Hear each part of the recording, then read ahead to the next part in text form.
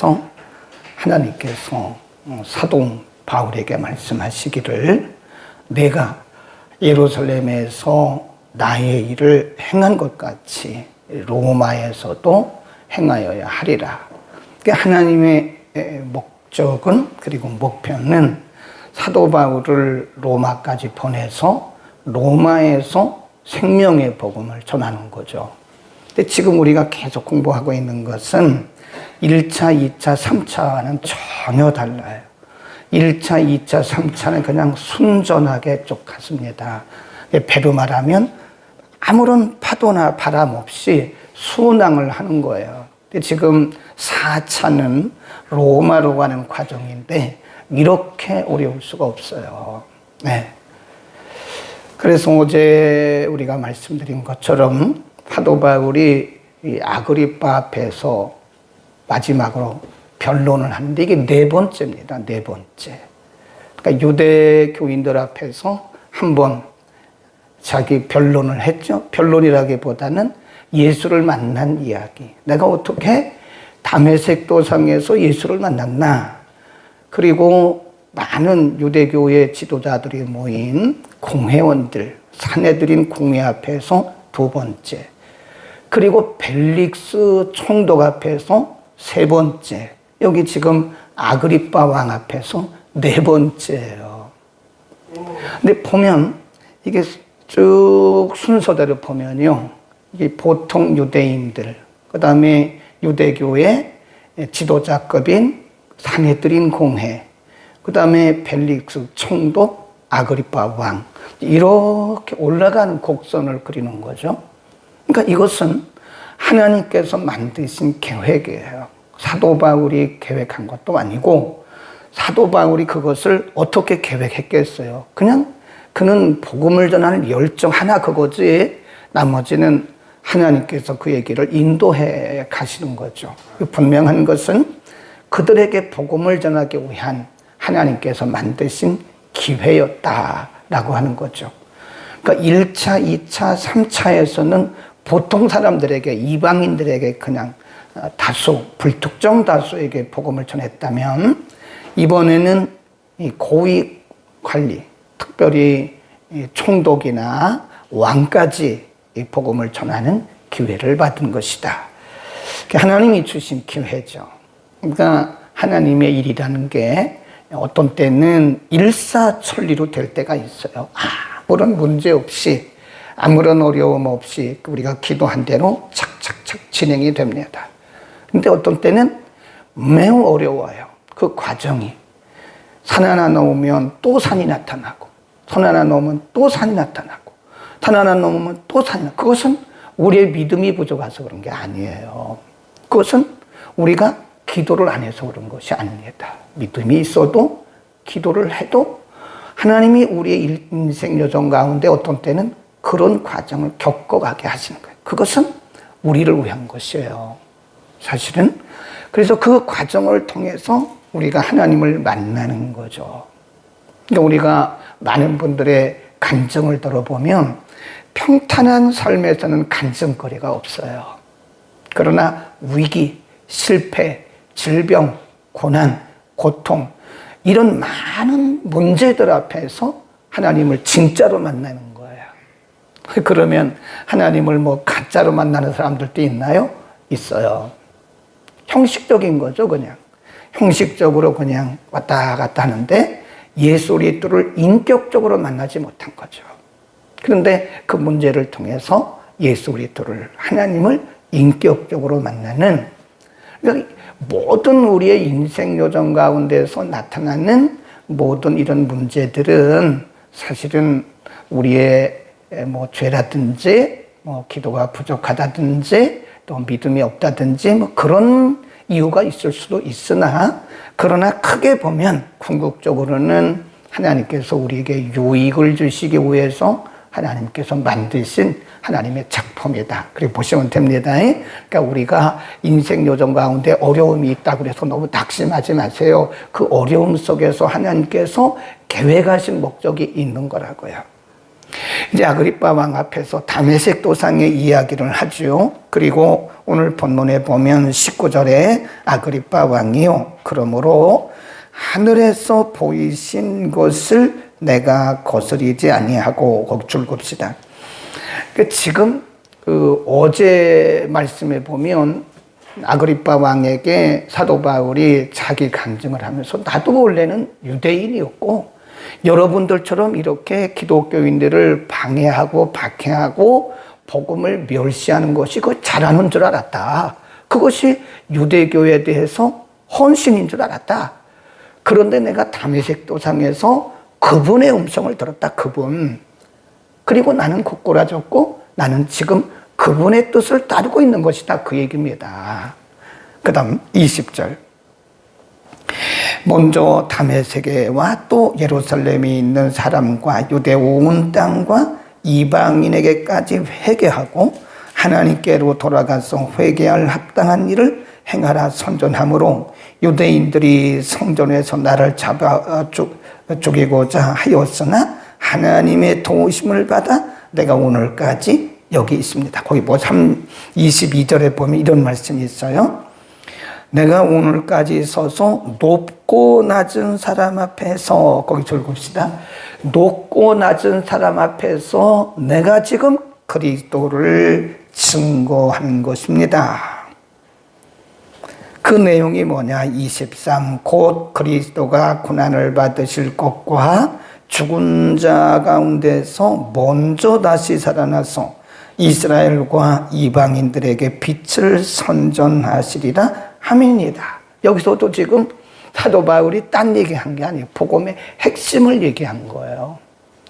예수 그리스도가 메시아 되심과 그분이 죽으심과 그리고 다시 살아나심, 이 복음의 핵심 아닙니까? 지금 아그리빠 왕 앞에서 사도 바울이 자기 간증하고 변론을 하면서 그 변론 요지가 뭐냐면, 나를 좀 자유케 해 주십시오. 그런 얘기 하나도 없어요. 뭐죠? 복음의 핵심. 나도 원래는 여러분과 같이 그렇게 복음을 안 믿던 사람이었고, 나도 원래는 이렇게 유대교의 열성적인 사람이었는데 그분이 나를 사로잡았고 나는 지금 그분의 뜻을 따라서 이렇게 여러분에게 복음 전하는 것입니다. 복음은 바로 이것입니다. 라고 확실하게 얘기하잖아요. 그러니까 우리 안에 복음이 있으면요, 흔들리지 않아요. 그러니까 우리 안에 확실한 복음이 없으니까, 내가 예수 그리스도를 인격적으로 만난 그런 체험이 없으니까 우리가 어떤 문제를 만나면 좌고우면하는 거예요. 우왕좌왕하고 좌고우면하고 이럴까 저럴까 그러는 것에 우리에게 확실한 예수 그리스도를 만난 체험과 그리고 예수 그리스도의 복음 우리 안에 있으면 흔들림이 없습니다. 저는 그런 생각을 가끔 해요. 과연 우리들 가운데 이렇게 확실한 복음을 가지고 있는 사람이 몇 퍼센트나 될까?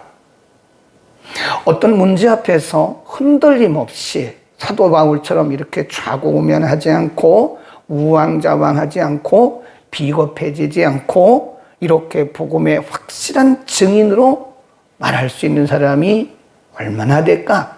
그런 생각을 해요. 그래서 가면 갈수록 예수 믿기 힘든 이런 시대를 우리가 만나고 있는데, 정말 우리가 이 영적인 실력 그리고 복음의 핵심 메시지를 잡지 못하면 우리는 흔들릴 것 같다, 그런 생각을 해요. 그래서 우리가 한 사람 한 사람 우리의 믿음을 다지는 게 매우 중요하다는 생각을 하고요. 그 다음에 24절에 보면 바울이 이같이 변명하매 베스도 총독이 옆에 듣고 있는 거예요. 지금 사도 바울이 아그리빠 왕에게 하는 얘기를 베스도가 듣고 있다가 크게 소리질러 가로되, 바울아, 내가 미쳤도다. 네 많은 학문이 너를 미치게 한다. 그게 지금 베스도가 하는 말입니다. 너 참 미쳤구나. 예. 그러니까 바울이 하는 얘기가, 바울이 가로되 베스도가 가요, 내가 미친 것이 아니요 참되고 정신 차린 말을 하나이다. 왕께서는 이 일을 하시기로 내가 왕께 담대히 말하노니 이 일에 하나라도 하시지 못하는 일이 없으신 줄 믿나이다. 이 일은 한편 구석에서 행한 것이 아니로소이다. 아그리빠 왕이여 선지자를 믿으시나이까? 믿으시는 줄 아나이다. 이게 지금 이 상황 속에서도 사도 바울이 지금 복음을 전하는 거예요. 참 재미있잖아요. 아그리빠 왕이여 선지자를 믿습니까? 나는 당신이 믿으시는 줄 믿습니다. 그래서 우리가요, 뭐 믿음이 좋고 경건하다고 그래서 항상 막 경직된 거 아니에요. 여유가 있어야 됩니다. 지금 아그리빠 왕 앞에서 죄수, 그러니까 죄수, 사도 바울이 지금 죄수 아니에요? 죄수인데도 불구하고 여유 있게 뭘 하고 있는 거예요? 조크를 하는 거예요. 조크를. 네, 재미있게 왕이요 믿으십니까? 나는 왕이 믿으신 줄 믿습니다. 이러면서 말이죠. 조크를 하는 거예요. 복음을 전하면서도 여유가 있잖아요. 근데 우리는 좀 이 동양적인 문화는 좀 막 근엄하고 말도 안 하고 웃지도 않고 이게 경건인 줄 알아요. 그게 경건이 아니에요. 예수님도 복음 전할 때 보면 참 재미있게 복음을 전하세요. 재미있게. 네. 어떤 때는 이야기도 하고 때로는 조크도 하고 이러면서 유머러스하게 복음을 전합니다. 그러니까 그것이 여유가 있는 거죠. 이렇게 보면 여유가 없는 사람들은 항상 긴장돼 있어요. 예배 드리면서도 막 긴장, 그게 엄숙이라고 생각하는데 그게 엄숙이 아닙니다. 네, 웃지를 않아요. 여유가 있어야죠, 사람이. 네? 지금 얼마나 유머 있게 복음을 전합니까? 왕 앞에서 죄수복을 입은 바울이 죄수가 돼가지고 지금 아그리빠 왕 앞에서 복음을 전하면서 얼마나 여유 있게 유머 있게 복음을 전하냐고요. 그러니까 우리가 여유가 있는 사람은 유머가 통해요. 그런데 여유가 없으면 또 유머러스하게 복음을 전하고 지금 사도 바울도 보면 얼마나 유머러스하게 그 아그리빠 왕에게 얘기를 합니까? 그 다음 28절 아그리빠가 바울더러 이르되 내가 작은 말로 나를 권하여 그리스도인이 되게 하려 하는도다 그러잖아요.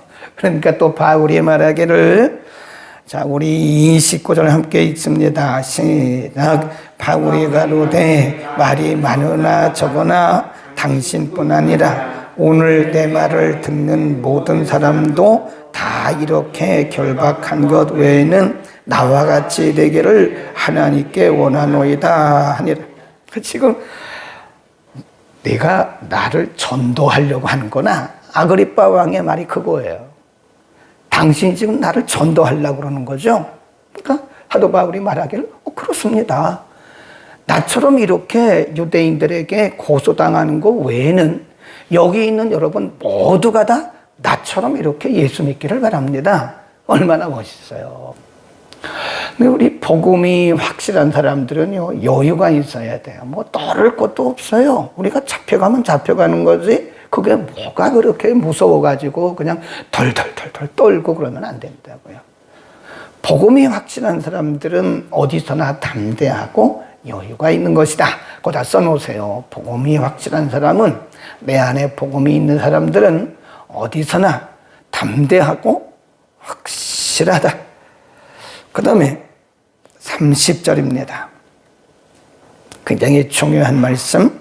30. 왕과 총독과 번이게와 그 함께 앉은 사람들이 다 일어나서 물러가 서로 말하되 이 사람은 사형이나 결박당할 만한 행사가 없다.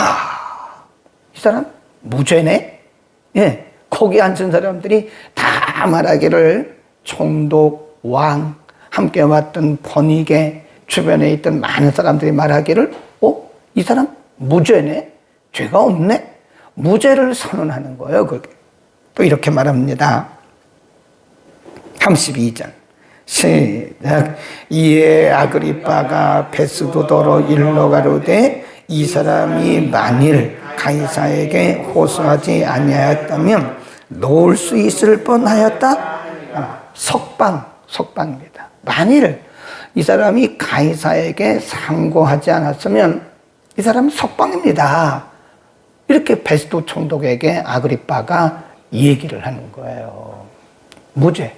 이게 지금 세 번째입니다. 한번 찾아봅시다. 23장 29절에 보면 천부장이 말하기를 이 사람은 죄가 없다 그랬어요. 23장 29절. 23장 29절 시작. 송사하는 것이 저희 문제에 관한 것뿐이고 한 가지도 죽이거나 결박할 사건이 없음을 발견하였나이다.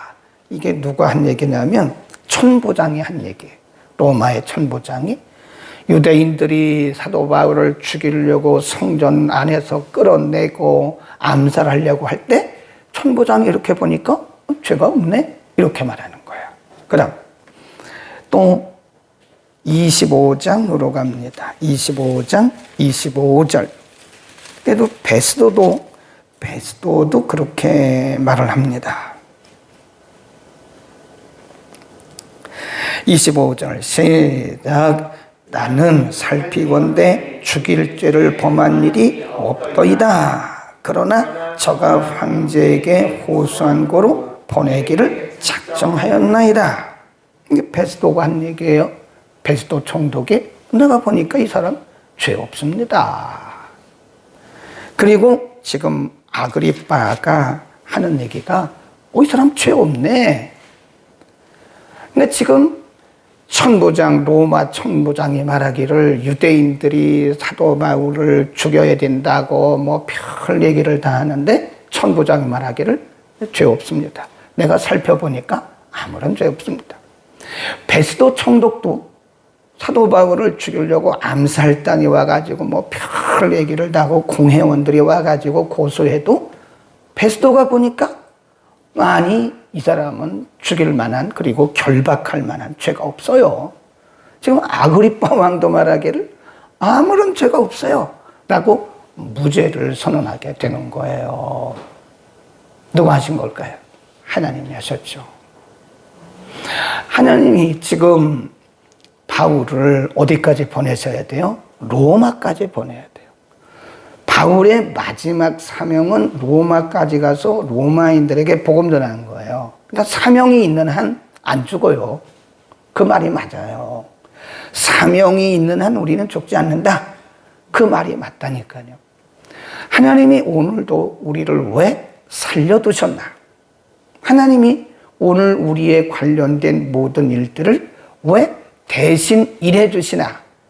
그것은 우리를 위해서 그런 것도 있지만 하나님이 우리를 통해서 이루시려고 하시는 하나님의 목적, 이른바 사명이 있기 때문에 그런 거예요.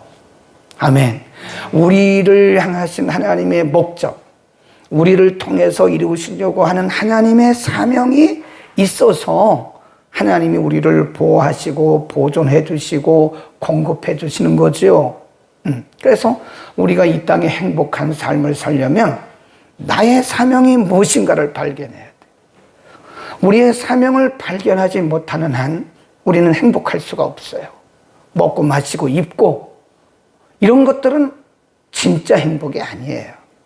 진짜 행복은 우리의 사명을 발견하는 것. 그리고 그 사명대로 살아갈 때 내가 살아가는 목적과 존재 이유를 알 수 있는 거고 행복을 느끼는 겁니다. 많은 크리스찬들이 행복합니까? 물어보면 별로 행복하지 않다 그래요. 빨리 천국 가고 싶다 그래요. 그 문제가 있는 거예요. 빨리 천국 가고 싶다.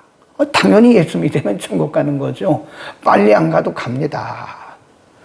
그런데 우리가 천국 가기까지 이 땅에서 하나님 나라 확장하고 많은 사람들에게 복음을 전해서 복음의 진보를 이루기 위해서는 우리가 해야 할 일이 있다는 거예요. 크거나 작거나 드러나거나 드러나지 않거나 우리에게 맡겨주신 사명이 있는 거예요. 그 사명 때문에 우리가 살고 있는 건데 그 사명을 발견하지 못한다면 우리는 신앙생활이 그렇게 행복하지는 않을 겁니다. 기도하겠습니다. 걸어가신 아버지,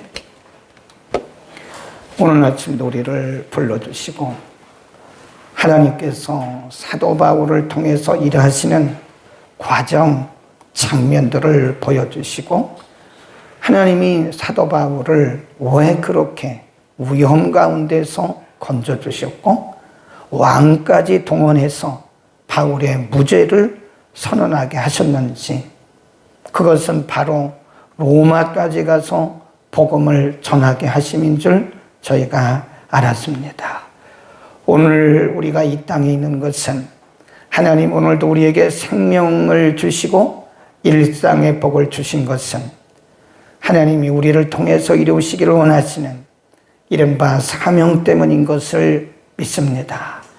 하나님 우리가 나를 향하신 하나님의 뜻을 발견하고 우리 각자의 사명을 잘 알고 행복한 신앙생활을 하게 하옵소서. 아직도 자신의 사명이 무엇인지를 깨닫지 못하는 이들에게 오늘도 눈을 열어 하나님의 주신 사명을 발견함으로 남은 여생 행복하고 담대하게 살게 하옵소서. 예수 그리스도의 이름으로 기도드립니다.